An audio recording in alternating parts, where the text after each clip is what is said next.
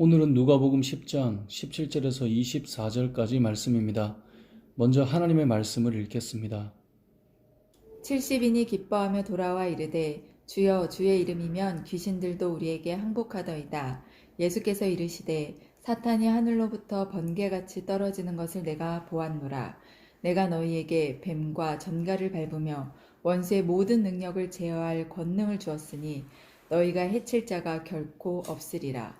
그러나 귀신들이 너희에게 항복하는 것으로 기뻐하지 말고 너희 이름이 하늘에 기록된 것으로 기뻐하라 하시니라. 그때 예수께서 성령으로 기뻐하시며 이르시되 천지의 주제이신 아버지여 이것을 지혜롭고 슬기 있는 자들에게는 숨기시고 어린아이들에게는 나타내심을 감사하나이다. 옳소이다. 이렇게 된 것이 아버지의 뜻이니이다.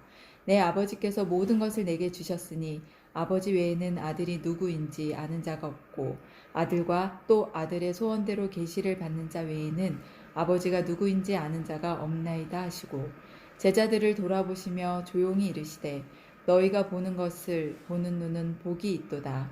내가 너희에게 말하노니 많은 선지자와 임금이 너희가 보는 바를 보고자 하였으되 보지 못하였으며 너희가 듣는 바를 듣고자 하였으되 듣지 못하였느니라. 아멘. 오늘 본문의 시작은 70인이 기뻐하며 돌아와입니다. 70인이 기뻐하며 돌아와. 70인이 어디를 갔다가 돌아온 것입니까? 10장 1절을 보면 예수님께서 복음을 전하기 위해 각 동네와 지역으로 제자들을 보내셨다고 말씀합니다. 그러니까 복음을 전하고 이들이 지금 돌아왔다는 거예요. 그런데 어떤 마음으로 돌아왔다고요? 기뻐하며 돌아왔어요. 오늘 본문에서 알 수 있는 것은 복음을 전하는 자에게는 반드시 기쁨이 찾아온다는 것입니다. 전하지 않고는 알 수 없는 이 전도자의 기쁨이 있는 거예요. 분명히 복음을 전할 때는 핍박도 있고요, 고난도 있어요. 때로는 그 복음을 전하는 상황 속에 부끄러움을 당하기도 해요. 그러니까 여러 불편한 감정이 우리에게 찾아올 수 있죠. 때로는 복음을 전할 때 저 사람이 변할 수 있을까? 우리의 생각처럼 이렇게 막 될 것 같지 않은 그런 마음이 찾아올 때도 있습니다. 때로는 복음 전하는 것 때문에 찾아올 불이익에 대한 두려움도 우리에게 생길 수 있습니다. 하지만 이런 모든 것들을 감수하고 우리가 복음을 전해보면 복음을 전하는 자들은 기쁨을 누리게 됩니다. 왜냐하면 복음을 전할 때 복음의 능력을 경험하게 되기 때문입니다. 주님의 이름으로 나아갈 때 주님의 이름의 능력을 경험하게 되기 때문입니다. 오늘 본문 17절도 이렇게 말씀하는 겁니다. 70인이 기뻐하며 돌아와 이르되 주여 주의 이름이면 귀신들도 우리에게 항복하더이다. 기뻐하며 돌아와서 뭐라고 고백합니까? 주님의 이름이면 귀신들도 항복하더라는 겁니다. 복음의 능력을 이들이 경험하게 되었습니다. 그래서 이들은 돌아오면 너무나 기뻤습니다. 이것은 경험하고 복음을 전하면서 경험한 사람만이 누릴 수 있는 기쁨입니다. 사랑하는 성도 여러분, 여러분에게 전도자의 기쁨이 회복되기를 소원합니다. 여러분이 예수님의 이름에 능력이 있음을 믿고 나갈 때 귀신이 떠나가고 영혼이 회복되고 구원의 열매가 맺히게 된다는 그 사실을 경험하시길 주님의 이름으로 축복합니다. 자, 이렇게 기쁨으로 돌아와 주님 앞에 감격하며 고백할 때 예수님께서 우리가 진정으로 기뻐해야 될 기쁨이 무엇인지를 말씀해 주십니다. 20절 말씀을 읽어보겠습니다. 그러나 귀신들이 너에게 항복하는 것으로 기뻐하지 말고 너희 이름이 하늘에 기록된 것으로 기뻐하라 하시니라. 아멘. 주님의 이름으로 살아가는 우리들에게 복음의 능력과 사역의 기쁨이 있음을 알죠. 주님도 아시죠. 귀신들이 항복하고 생명의 역사가 나타나는 것 얼마나 큰 기쁨이겠습니까? 주님도 아시죠. 하지만 주님께서 말씀하십니다. 그것으로 기뻐하는 것도 필요하지만 그것만으로 기뻐하지 말고 정말 우리가 기뻐해야 될 게 있는데 너희 이름이 하늘에 기록된 것으로 기뻐하라는 거예요.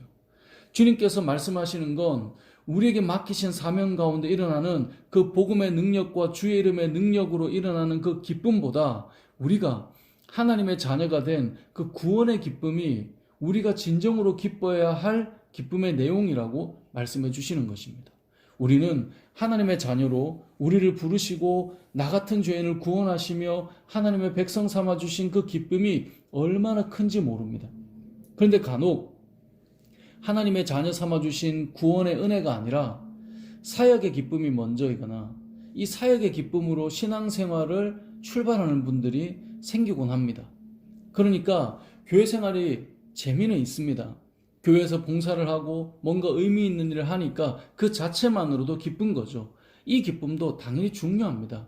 하지만 우리의 죄를 사하시고 하나님의 자녀 삼아주신 구원의 감격으로 시작되지 않은 채 단지 교회에서 봉사나 교제나 어떤 역할로 출발하는 기쁨으로만 우리가 기뻐하며 나아간다면 어느 날 그 사역을 잠시 내려놓거나 사역에서 갈등이나 어려움이 올 때 우리는 정체성의 혼란을 경험할 때가 올 수 있습니다. 그래서 주님이 말씀하시는 것입니다. 그것도 주의 이름으로 나타난 역사도 기쁜 일이지만 너희 이름이 하늘에 기록된 것으로 기뻐해야 한다. 사랑하는 성도 여러분, 저도 여러분들이 전도자의 기쁨을 경험했으면 좋겠습니다. 여러분들이 주님의 몸된 교회를 위해 섬기는 기쁨이 무엇인지 알아갔으면 좋겠습니다. 여러분들이 주를 위해 살아가는 그 헌신의 기쁨을 맛보았으면 좋겠습니다. 하지만 그러한 기쁨보다 더욱더 하나님의 자녀가 되었다는 그 감격과 그 기쁨이 여러분에게 충만하시길 소망합니다.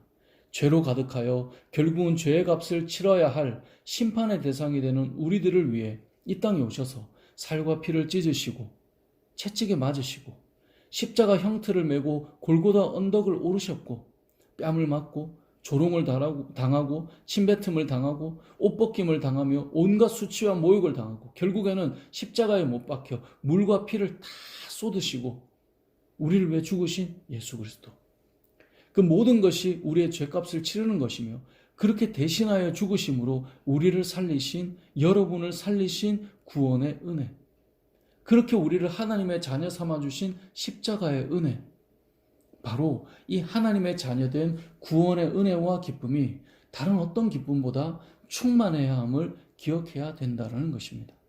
사랑하는 성도 여러분, 말씀을 정리하겠습니다. 복음을 전하며 복음의 능력을 경험하는 기쁨을 누리시길 바랍니다. 하지만 더 나아가 여러분이 하나님의 자녀가 되었다는 이 놀라운 사실을 더욱 기뻐하고 하늘에 여러분의 이름이 기록되어 있음을 더욱 기뻐하고 즐거워하며 감사하는 여러분 되시길 주님의 이름으로 축복합니다. 아멘.